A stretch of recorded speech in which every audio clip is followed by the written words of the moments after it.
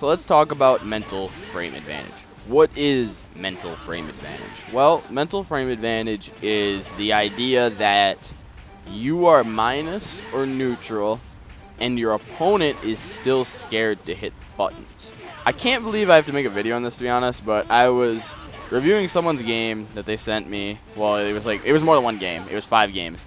Both players were Majin rank. I don't know if that's good or bad. I don't play online. Online in this game is fucking trash. But anyway, they were Majin rank, and I noticed that neither one of them was using any mental frame advantage, ever. And it was very alarming. Well, let me take that back. They did use mental frame advantage a handful of times, but it was in situations where they didn't know that they were using it, if that makes sense. I'll get into it. This string that has been looping is going to be the main string that I use for all of the examples.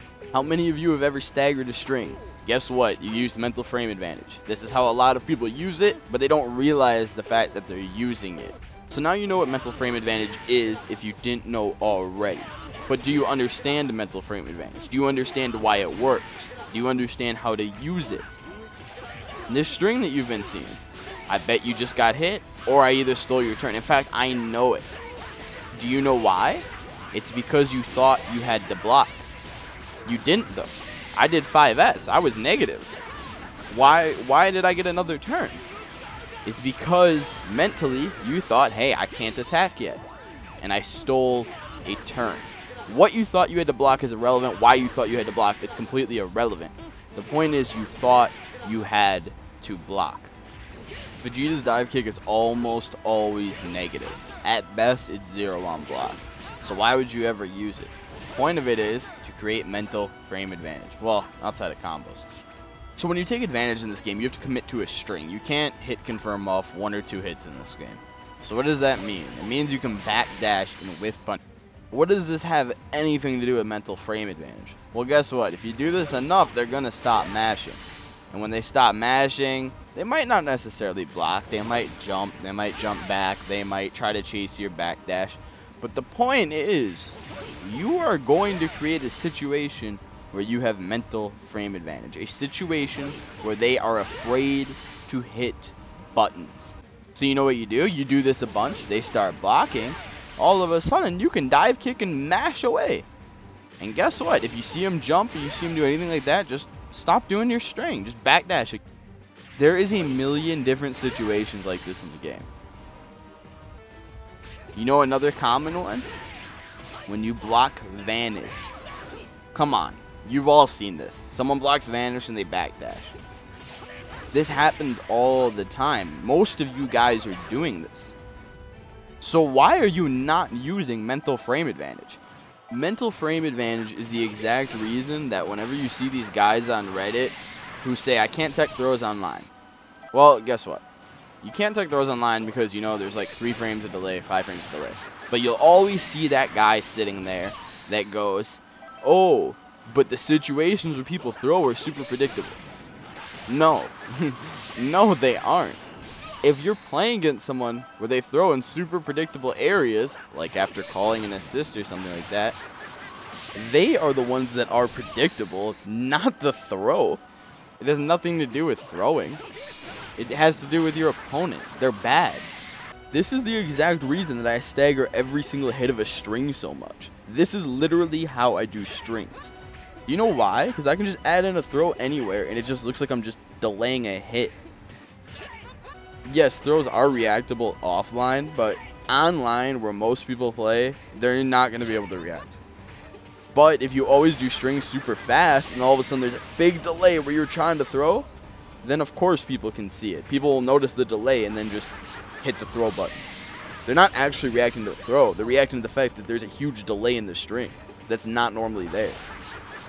In this video, I purposely used examples that were very general. They relate to almost the entire cast. I guess other than the Vegeta dive kick one. That one's kind of specific.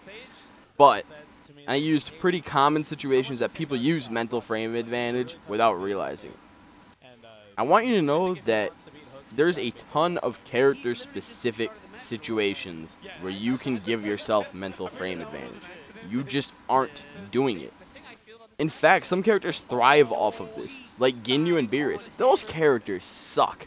They are awful. But the only reason they're even playable is because they're really, really good at giving themselves mental frame advantage. Beerus orbs and the whole fucking Ginyu force, dude, that shit can give you so much mental frame advantage if you actually just sit in practice mode and start nerding stuff out. You guys all know this thing existed, but you're not using it. And I don't get it. It's one of the reasons I actually think people are so bad, not because they don't use mental frame advantage, but because they don't think about what's happening on the screen. Now, I think people are bad for a ton of reasons. I can make an entire rant video on it. Not even kidding. I think there's a lot of reasons that people are really bad. But one of them is you're not thinking about what's happening on the screen. For some reason, people see a pro player block vanish and they backdash. And like, oh, I'm going to do that. You're not thinking about the fucking situation. Even if I asked you, why is he doing that? You're going to say, oh, to backdash to avoid moves. And that's it. That's as far as your thought process is going to go. You're not thinking, how can I make myself -2 on purpose to backdash and avoid moves and then punish them?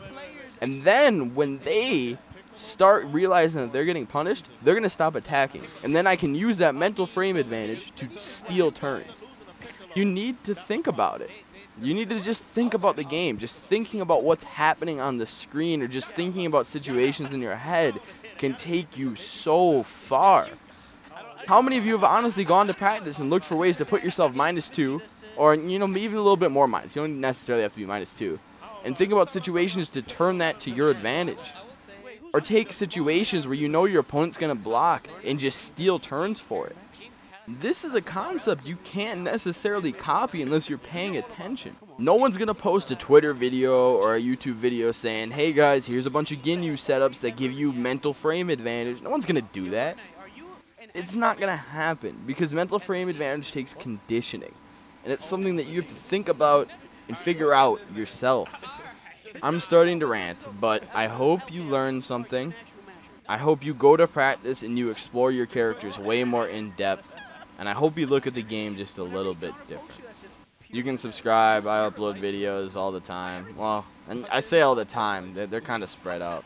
Just whenever I really notice a concept that I see a lot of players don't understand really, I'll make a video on it. Also, follow me on Twitch at SupremeBam. Even if I'm not streaming DBZ, you can come in and ask me DBZ questions. I don't care. I'll answer all of them. If I am on DBZ and you have a question, I'll go way more in depth with you in practice mode and whatever and show you examples. So, yeah, see ya.